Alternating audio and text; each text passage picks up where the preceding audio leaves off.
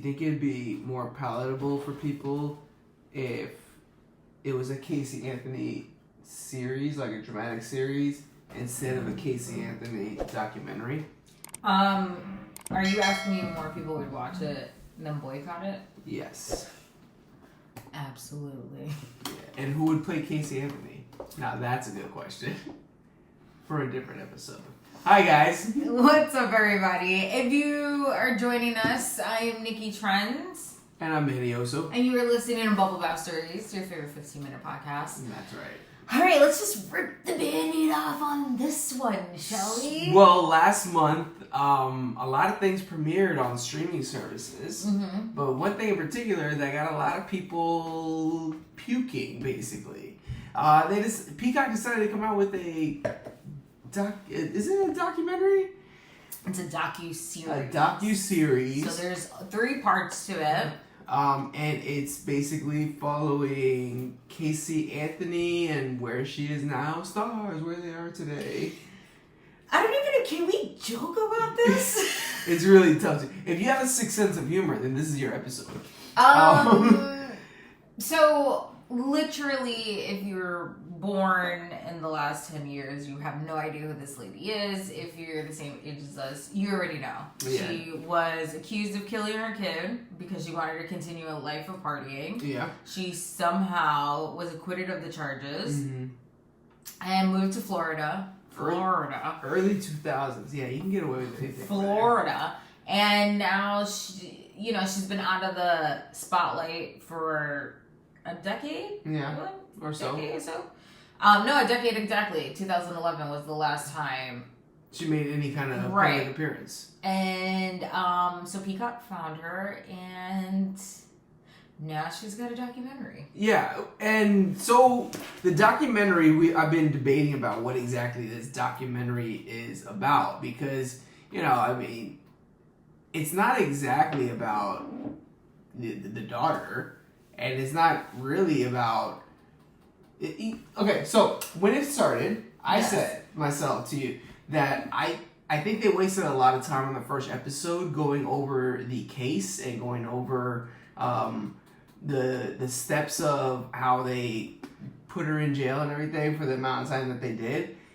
I feel like going into a show like that, if you don't already know what's going on, you got to do some research. Like, what are you turning this on for? Right, because they're not telling you anything that you don't know already. You kind of just want to dive into why this all happened. Yeah, so you got like 15, 20 minutes wasted on the first episode just explaining all that. Like, I already know all that stuff. So, the very first thing that you and I talked about, because it was exploding all over Twitter because the premiere had happened and people were just like, no way in hell they're going to watch this. And I had feelings about it because, why is she getting a documentary? Come on, guys. Why is she getting a documentary? But then I took a step back and said, I am a fan of true crime. Mm-hmm. What is different this case compared to all the other cases that I gobble up?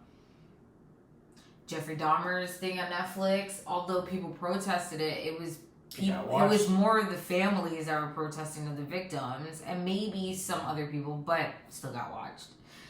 Anything with Ted Bundy still got watched. That's true. I mean, anything that John Benet Ramsey documentaries anything that's still juicy. Get watched. When that guy who the American crime thing where the guy killed his family and put them in like the oil canister.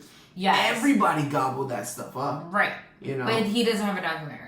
Nobody's talking about him. But I believe what you were talking about is what's the difference between people wanting to gobble those things up versus people not wanting to gobble this up? Well, I think, and this is what we spoke about earlier, is it more palatable if it is a dramatic reenactment compared to this person who nobody believes? Everybody across the board thinks that she's guilty.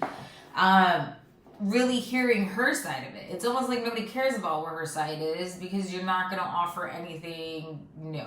And I get it too, because if you go online and listen on Twitter, most of the people that are saying why, they're saying because they don't want to hear the same old thing.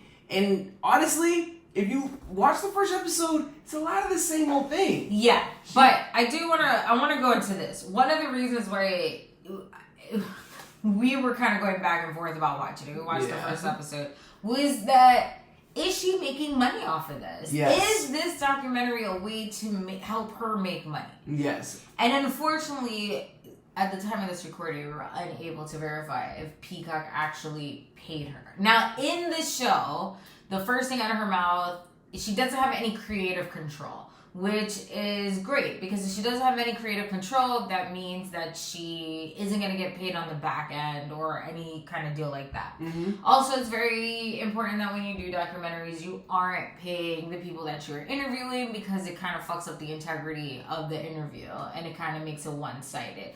So at this point, she has not made money, but that doesn't mean that she hasn't made money. And I think that that's also one thing that people definitely are worried about when it comes to watching this from the words of the person who did it in their minds. That by watching this, am I somehow giving them clout? Am I somehow getting them paid? Well, and they don't want that, you know? Oh my God, you let me continue talking and my thing is like this. I thought it was a fashion statement. Well, she did get paid $200,000 in licensing fees from ABC. So exclusive fees to like show pictures and videos and things like that. So she made money in that, and that was in 2010. Okay, not for this documentary. Not for this documentary. Okay. It also states, the Hollywood Reporter claims that producer Scott Sternberg and his team wanted to shop around some ideas to networks, but that Anthony allegedly asked from anywhere from $500,000 to $750,000. Oh, wow. Okay. No, she did. And then the production never happened. Like, nothing ever happened with it. So far, let's say she's only made $200,000 off of her story. That's still a lot of money. It is like she's profiting off of it. Because she's got a lot in legal fees that I'm sure still has to be paid. You know, those lawyers did miracle work. I'm sure they want miracle pay. And yeah, that was my first opinion, was that I think a lot of people just want to make sure that they're not directly, because when you watch the Jeffrey Dahmer show that came out, you're not directly getting any money to him or his family. No, but you're opening up old wounds, and that's what's happening here. Yeah, you're opening up old wounds, but that's what I'm saying with this specifically. It is actually Casey Anthony on the show being given a platform to speak. Yeah. And I think that's where people are like, I don't want to directly give money to the murderer. But you're not giving money to her. And, exactly. And then doing this research, we did actually pretty much figure that out, because when you're not in the biz, when you're not in the industry, you don't know that. You just think anybody on TV is getting paid to be on there. And I even asked you while we were watching, I was like, you think this person's getting paid? You think that person's getting paid? Because I'm always wondering, like, do experts get paid or not? Well, and so when it's like journalists, right? When they're writing a story, a reporter cannot pay the person that they're interviewing, because again, it fucks up the integrity. You're basically saying, well, I just said that because I was getting paid, and that you don't want. But there's other ways of getting money. Okay. So like pictures, paperwork, videos, things like that are considered materials that are needed for the show. Whether they use it or not, they can't offer a payment for it. I got you. But again, even if she was getting paid, she's already gotten paid. It's already out. At this point, the only people making money off of it is Peacock. Yeah. So, like, the people who you were afraid of getting paid already got paid. The thing's already done. Yeah, if you already paid that subscription, you already paid that. Right. And I don't think that she got... I truly don't believe that she got paid, because that's not how documentaries I don't think she did. I don't think any of the people who were recording got paid at all. But... You hear that, folks? Nikki does not think any of the people you're worried about getting paid got paid. Don't worry about it. Unless they already got paid. It's very complicated. But it's... So, People Magazine actually sat with a juror from the case and watched the show. Okay. I'm gonna save you all the trouble and give you the best part. Yeah, please. The juror said, I don't know what I expected. The juror adds, I think I wanted answers that I'm never going to get. If I heard her talk during court, I would have convicted her. I really think so. Asked whether there was anything in the interview that changed his mind about Anthony, the juror thought for a moment. No, this is classic Casey Anthony. She's still lying after all these years, and once a liar, always a liar. I mean, it's the one lie that she got away with that she needs to hold on to. There's a part in the documentary where they ask her boss, who was her lawyer, now her employer. He was a private investigator. He wasn't a lawyer. They ask him, what do you think about her honesty? And he's talking about, like, clerical work and being honest in, like, paperwork and stuff like that. It really got me upset because I'm like, that's not what they're asking. Like, it's the same old lie. That's why they didn't put her on the stand, because she wouldn't have been able to get through that. Oh my God. I'm like picturing it. But I will say this. A part of me feels like, why is she is there a slight possibility that she didn't do it? Like, how could a jury find her innocent? Usually, when it comes to cases... That's Nicky Trendz. No, seriously. Any case that has ever dealt with a child in this instance, the people have not gotten away. Yeah. So there had to have been something for these people to think she wasn't guilty.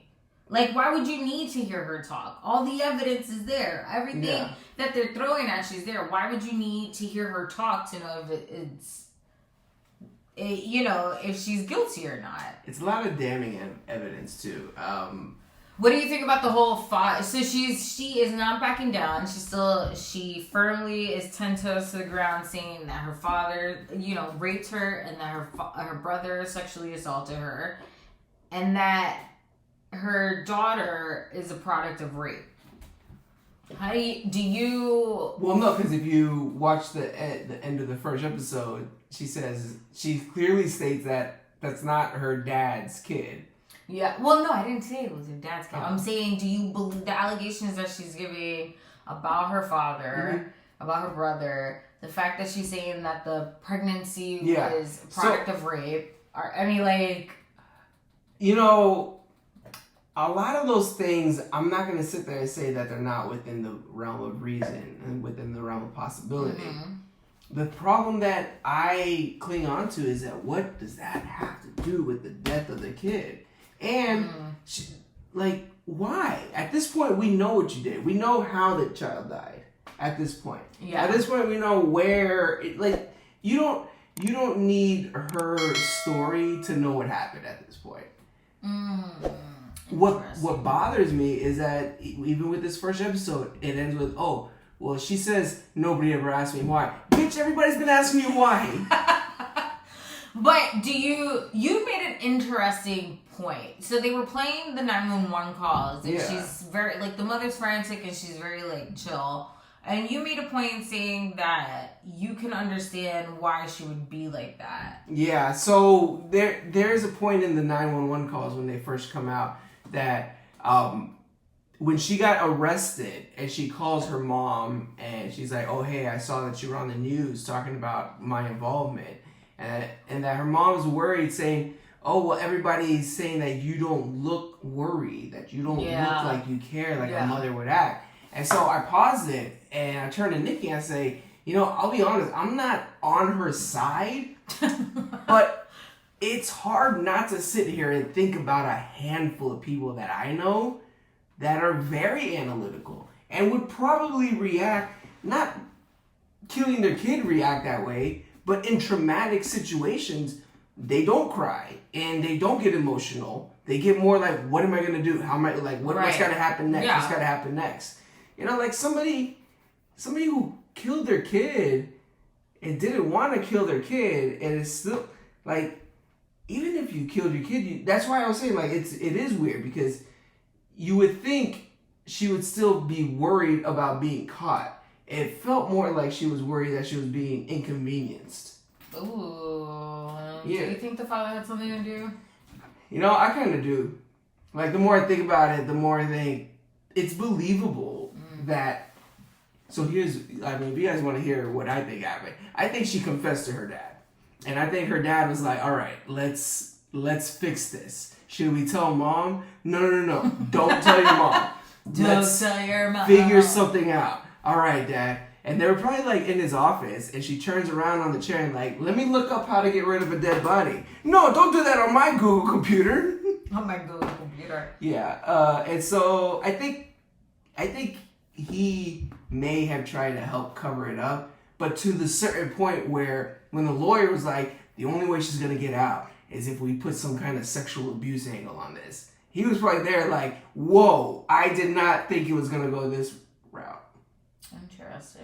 You know? I guess my question is, because you wouldn't tell, like, I don't think you would tell everybody in the family that that's how things get out. The mom probably just didn't know.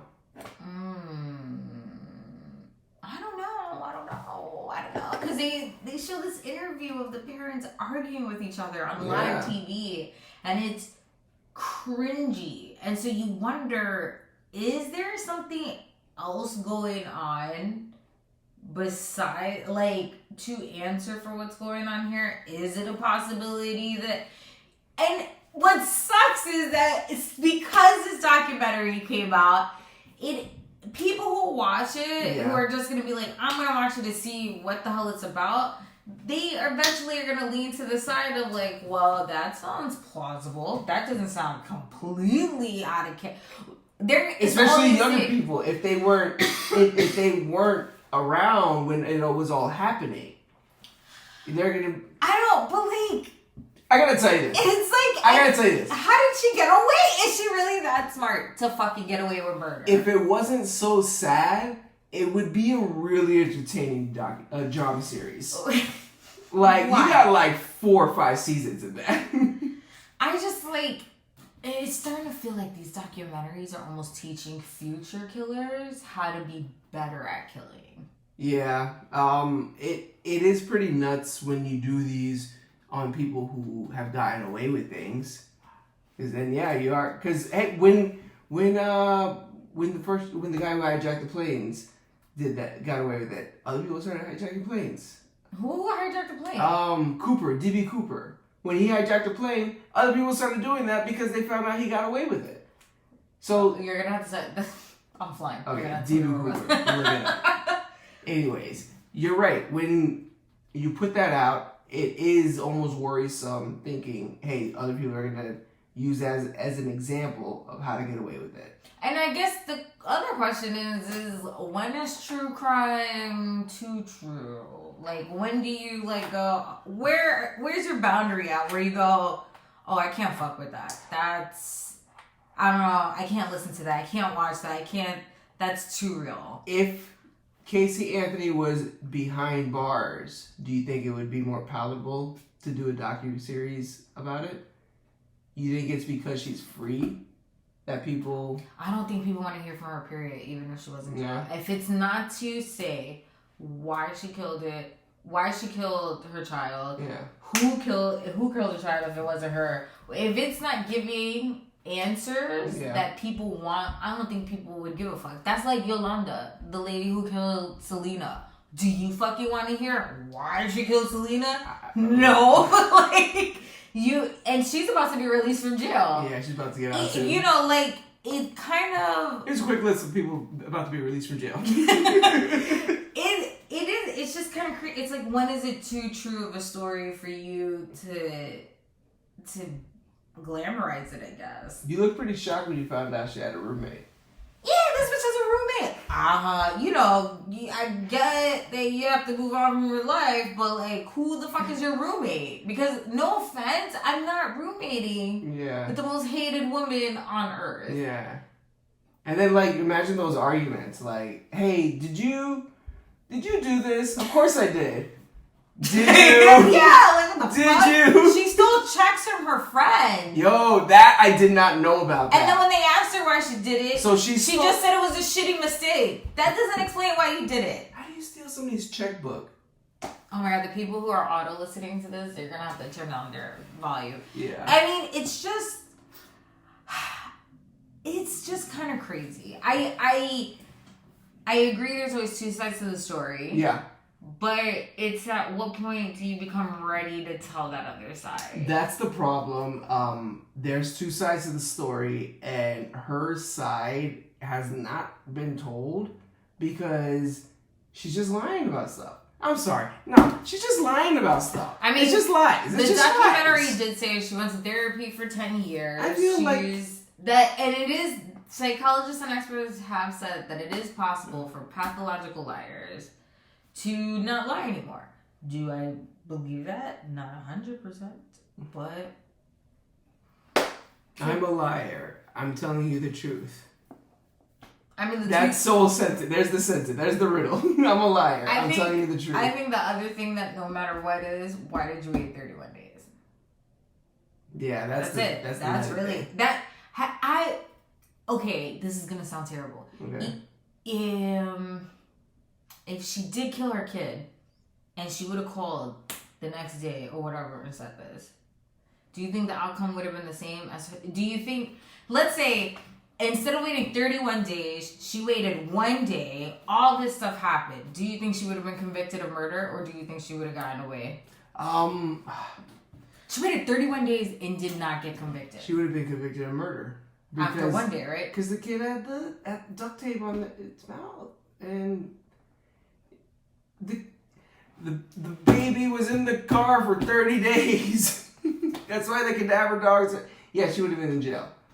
I think like the time that was spent from when the crime happened to when everything was coming out, I think it was the perfect amount of time for little things to get her off, little technicalities. I mean, but like, did she really get away with murder? Like, is she smart enough to get away with murder? It's nuts how people get away with things. We just finished watching Dead to Me. And one of the things they said on there, no car, no crime. And it's hard not to believe things like that because people do get away with stuff with little technicalities. Well, really just leaves a gaping question about our justice system, that's for sure. I thought it was funny that they asked the boyfriend at the time of the disappearance to be interviewed, and he said no. But the dude's roommates were gung-ho. They're like, I've been waiting to talk about it. I got the perfect shirt and everything. That bitch. Anyways, I want to know what you guys think. You think we made a mistake with our algorithm by watching this show? I can answer that for you. The answer is yes. Yes. I can't even. There's nowhere else to go. Yes, the algorithm is fucked up. Do you want to watch it? Are you gonna wait for me to let you know how the series ends after I finish watching it? May as well finish watching it. No, I don't. Actually, I don't want to finish watching it. Yeah, I think we're gonna finish. I'll let you guys know how it is. Yeah, we'll let Manny give the cliff notes. Anyway, if you guys want to know what we're up to, you can find us on Instagram, Facebook, YouTube, TikTok at Bubble Bath Stories. You can find me at Got No Time For This. And you can find me at Nicky Trendz on IG. And if you're looking to join the conversation at Insta, please go to our website, bubblebathstories.co, for official merchandise. And we are giving 20% off your whole purchase all the way until December 31st. So get at it. Go there, get the code, get swagged up. Until next time, Duckies. Bye.